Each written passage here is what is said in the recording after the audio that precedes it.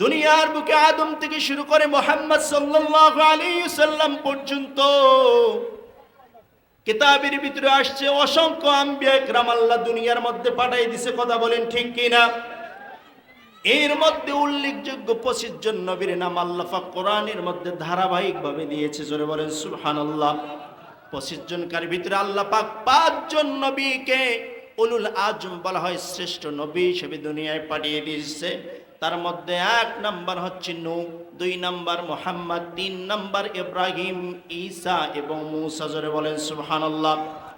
5 জন নবীর ভিতরে শ্রেষ্ঠ নবী হিসেবে আল্লাহ সুবহানাহু ওয়া তাআলা মুহাম্মদ সাল্লাল্লাহু আলাইহি সাল্লামকে শ্রেষ্ঠ নবী বলে ঘোষণা করেছেন। আর সেই শ্রেষ্ঠ নবীর উম্মত হচ্ছে আমরা। কিন্তু আজ পর্যন্ত নবীকে মহব্বত করি, নবীর দ্বীন কায়েমের আন্দোলনে আমরা শরীক হই না। কথা বলেন ঠিক কিনা? কারেন্ট গেল? কারেন্ট গিয়েছে?